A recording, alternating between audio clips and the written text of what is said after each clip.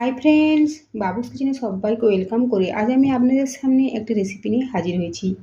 আজকের রেসিপি হলো না রসগোল্লা না রসমালাই, আজকের রেসিপি হলো রসাবলি। উড়িষ্যার প্রসিদ্ধ একটি রেসিপি, খুব সহজে বাড়িতে বানিয়ে নিয়েছি। তার জন্য যা যা রেসিপির দিকে আর ভিডিওটি স্কিপ না করে লাস্ট পর্যন্ত দেখার জন্য অনুরোধ রইল। 200 গ্রাম পনির নিয়েছি। পনির এখন এভাবে গ্রেটার দিয়ে গ্রেট করে নেব। পনিরের পরিবর্তে ছানা দিয়ে বানাতে পারেন। পুরো পনিরটাই গ্রেট করে নিয়েছি। এখন হাতের তালু দিয়ে ঠিক এভাবে 2 মিনিট সময় নিয়ে একটু ম্যাশ করে নেব।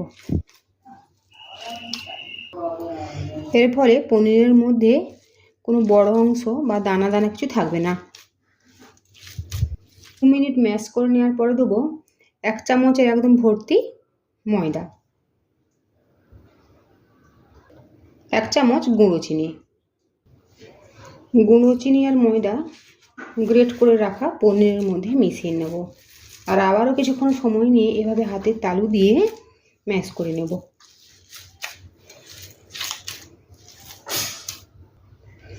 ময়দা চিনি গুঁড়ো মেশানোর পরে আরও প্রায় 5 মিনিট মতো হাতে করে ম্যাশ করে নিয়েছি। এখন দেবো 1 চিমটি মতো বেকিং সোডা। আবারও প্রায় 1 মিনিট মতো একটু মিশিয়ে নিয়ে এভাবে হাত দিয়ে মেখে নেব।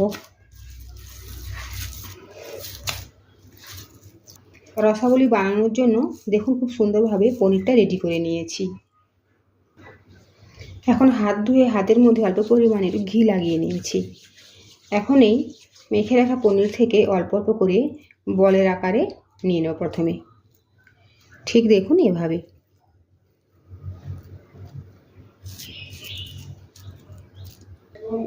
দেখুন পনির থেকে প্রথমে এই গোল গোল আকারে বলের মতো বানিয়ে নিয়েছি। এখন এই বল অংশগুলোকে রসাবলি শেপ দেব।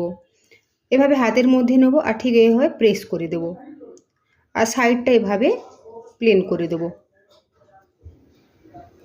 দেখুন ঠিক এভাবে। আর দেখিয়ে দিচ্ছি, এই গোলাকার অংশকে হাত দিয়ে এভাবে প্রেস করতে হবে আর সাইডগুলো এভাবে একটু প্লেন করে দিতে হবে। দেখুন এটা হলো রসাবলির শেপ। অনেকে দেখুন ঠিক এভাবে চ্যাপ্টা করে রসাবলিগুলো বানিয়ে নিয়েছি। এখন যাব নেক্সট প্রসেসে। গ্যাসের ফ্লেম মিডিয়ামে রেখে তেল মিডিয়াম গরম করে নিয়েছি। বেশি গরম করা যাবে না, মিডিয়াম গরম করে নিতে হবে। এখন এই তেলের মধ্যে দেবো রসাবলি, একটা একটা করে ছেড়ে দেবো।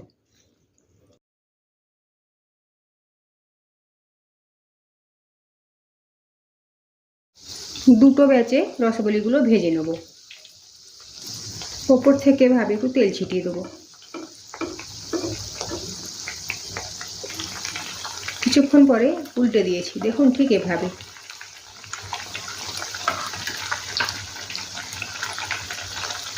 আরও কিছুক্ষণ সময় উল্টে পাল্টে ঠিক ব্রাউন করে ভেজে নিতে হবে। দেখুন এভাবে গোল্ডেন ব্রাউন করে ভেজে নিয়েছি। এখন তুলে নেব। সেকেন্ড ব্যাচে রসাবলিগুলো ভেজে নেব। ঠিক একইভাবে গ্যাসের ফ্লেম মিডিয়ামে রেখে রসাবলিগুলো ভেজে নেব।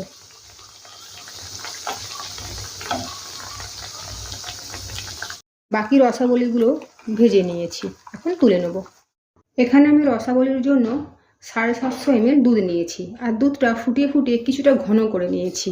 খুব বেশি ঘন করব না, তার কারণ আমি দুধের মধ্যে এখন দেবো গুঁড়ো দুধ। গুঁড়ো দুধ আমি জলের মধ্যে গুলে দিয়ে দিয়েছি। এর ফলে দুধটা আরও বেশি ঘন হয়ে যাবে। আপনারা যদি গুঁড়ো দুধ ব্যবহার করতে না চান, তবে গরুর দুধ নিয়ে ফুটিয়ে ফুটিয়ে ঘন করে নেবেন, কারণ রসাবলির এই রস বা দুধ কিছুটা ঘন হলেই টেস্ট লাগে। আর এই দুধের মধ্যে এখন দেবো চিনি। চিনি খুব বেশি দেবো না, কেননা আমুল দুধ যেহেতু রয়েছে তাই দুধ এমনিতেই মিষ্টি হবে, তাই এখানে আমি 1.5 চামচ মতো চিনি দিয়েছি। দেবো 2টো ফেটানো এলাচ। আরও প্রায় 10 মিনিট মতো দুধটা জাল দিয়ে নেব, তবে গ্যাসের ফ্লেম একদম কমিয়ে রেখে। প্রায় 10 মিনিট মতো দুধটা জাল দিয়ে দিয়েছি। দেখুন দুধটা অনেকখানি আরও ঘন হয়ে গিয়েছে। এখানে আমি কালারের জন্য দেবো 2 ড্রপ ইয়েলো ফুড কালার, এটা পুরোপুরি অপশনাল।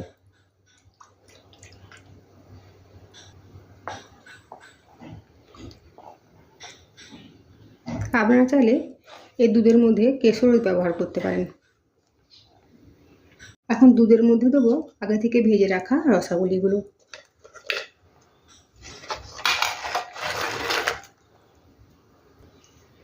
গ্যাসের ফ্লেম মিডিয়াম টু লোতে রেখে 5 থেকে 7 মিনিটের জন্য একটু ফুটিয়ে নেব।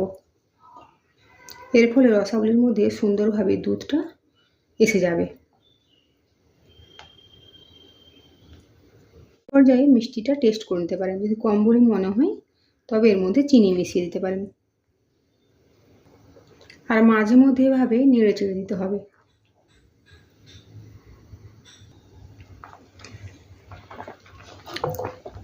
দেখুন রসাবলীগুলো কিন্তু বেশ ফুলে উঠেছে।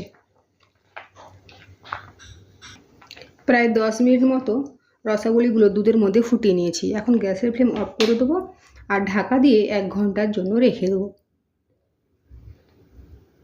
1 ঘন্টা পর ফিরে এসেছি। মিষ্টিগুলো ঠান্ডা হয়ে গিয়েছে আর সাথে সাথে দুধটাও কিন্তু অনেকখানি ঘন হয়ে গিয়েছে, তার কারণ রসাবলীগুলো দুধটা সোক করে নিয়েছে অনেকখানি। এখন আমি একটা রসাবলী প্লেটের মধ্যে তুলে দেখিয়ে দিচ্ছি। দেখুন কেটে দেখিয়ে দিচ্ছি কত সুন্দর সফট আর জুসালো হয়েছে। রসাবলী একটা প্লেটের মধ্যে সার্ভ করেছি। আজকের এই রসাবলী যদি আপনাদের ভালো লেগে থাকে তো অবশ্যই কমেন্ট করে জানাবেন কেমন হয়েছে। সাথে আমার এই চ্যানেলটি সাবস্ক্রাইব করার জন্য অনুরোধ রইল আর আমার বাবুস কিচেন ফেসবুক পেজটি ফলো করার জন্য অনুরোধ রইল।